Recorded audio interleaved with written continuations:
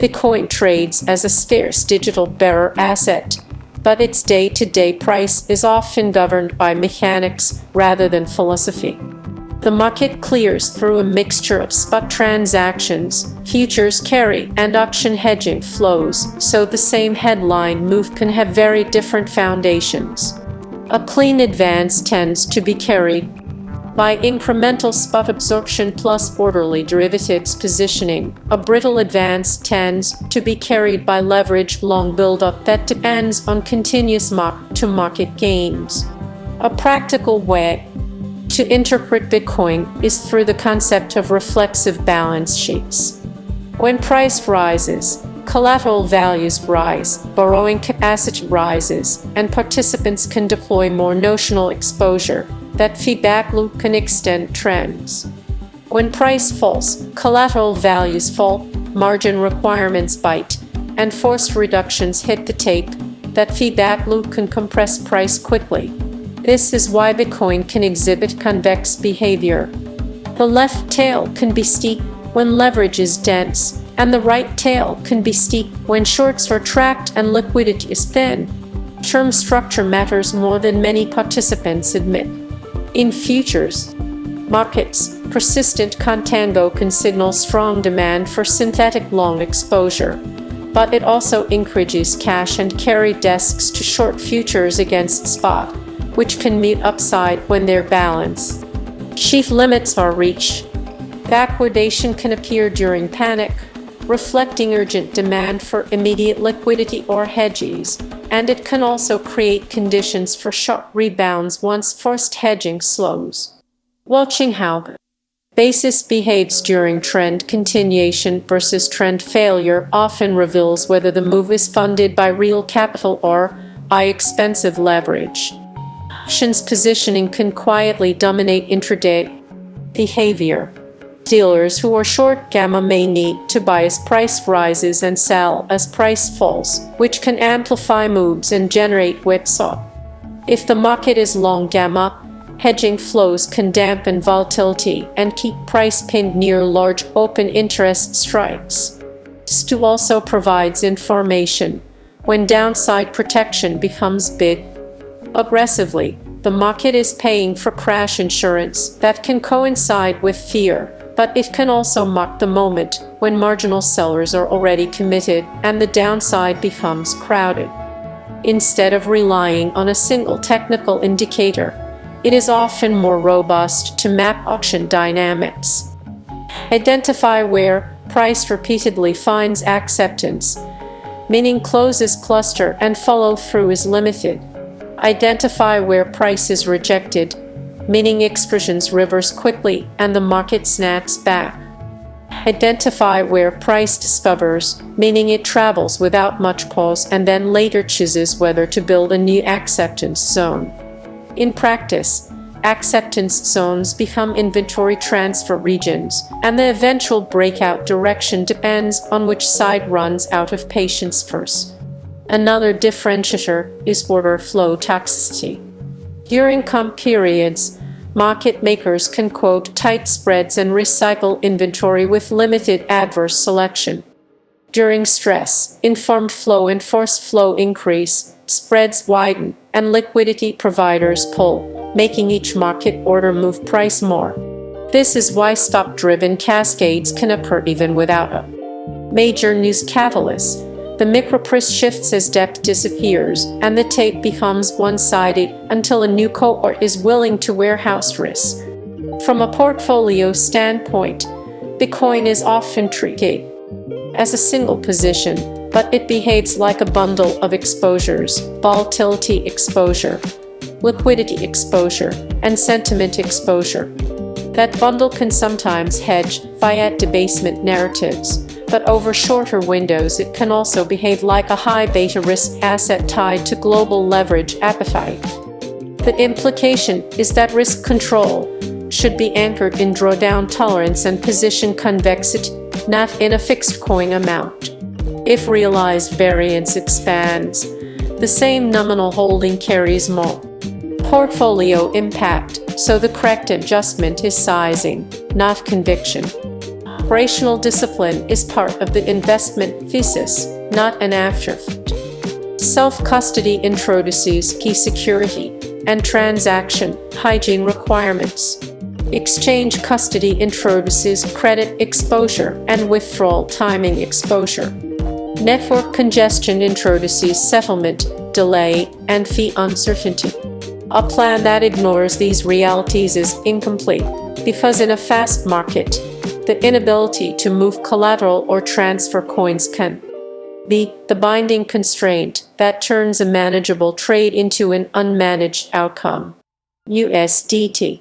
USDT is a dollar referenced settlement token used for quoting, collateralization, and transfer across a wide set of venues and chains. Its role is closer to a payment rail inside crypto than to a yield asset, yet its risk profile is multi-dimensional because holders depend on convertibility, on reserve liquidity, and on the continuity of banking channels. The pet is not a law of nature. It is an equilibrium supported by arbitrage and confidence. When secondary market prices drift below par, buyers step in if they trust that redemption and off-ramp pathways remain open and timely. When secondary market prices drift above par, sellers appear if issuance and sourcing are accessible and cheap enough to capture the premium. The pet can wobble when those pathways are slow, when counterparties read its balance sheet, or when participants prioritize immediacy over price. A useful stress model is a liquidity waterfall. First, normal market making absorbs small imbalances. Second, cross-venue arbitrage moves inventory from surplus venues to deficit venues. Third, if venue transfers are constrained by chain congestion or withdrawal limits, the market moves to a discount or premium that clears locally. Fourth, if confidence weakens broadly, holders may rotate into alternative settlement assets or into fiat, and discounts can persist until redemption capacity and market maker balance sheets are proven in size. Reserve questions are central, but the important detail is not only what the reserves are, it is how they behave under rapid redemptions. High-quality short-dated instruments tend to be more liquid. Longer duration assets can be more sensitive to price impact in stressed conditions. Even if ultimate redemption is possible, timing and operational throughput matter because the trader facing immediate margin needs cannot wait for a slow process. That gap between theoretical par and practical immediacy is where temporary dislocations are born. USDT also carries compliance and administrative features that affect certain use cases. Egress restrictions and freezing actions can occur in response to legal processes, which can create segmentation between regulated and less regulated venues.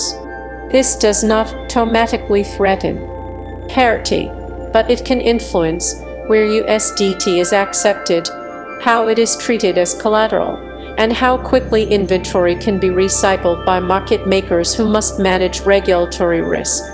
The chain layer adds another dimension. USDT exists as different contract instances across multiple networks, and network conditions vary for throughput, confirmation reliability, key markets and congestion patterns differ. In a calm environment, routing across chains feels trivial. In a stressed environment, routing can become expensive or slow, which can isolate liquidity pockets. When pockets isolate, the same token can trade at slightly different effective values across venues, not because the dollar reference changed, but because settlement friction changed. Holding location is often the dominant risk factor.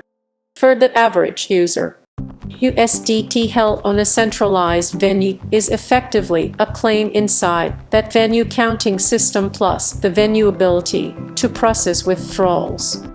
USDT held in a self-controlled wallet is a direct token holding but depends on key security and correct transaction handling. USDT deployed into lending systems layers on smart contract risk, Oracle risk, and liquidation engine behavior, which can create losses even if the token itself stays close to par. Monitoring USDT should focus on persistence, breadth, and frictions. A single brief deviation on one venue can be noise. A sustained discount across several major venues, accompanied by widening spreads and slower withdrawals, is more meaningful. Another meaningful signal is a change in collateral eligibility or haircuts on large derivatives venues, because those policy changes can quickly alter demand and can propagate into secondary market pricing. Bitcoin plus USDT as a combined system. Bitcoin is the primary risk expression. USDT is a primary settlement and collateral medium. When participants de-risk within crypto, they often rotate from Bitcoin into USDT, which can create apparent stability inside the ecosystem while risk appetite is actually shrinking. When participants exit crypto entirely, USDT can be redeemed outward, reducing internal settlement capacity and shrinking the notional that can be deployed for trading and hedging. Those two outcomes look similar in a chart during a sell-off, but they can imply different next steps. Rotation can become future buying power. Exit can become a deeper liquidity contraction.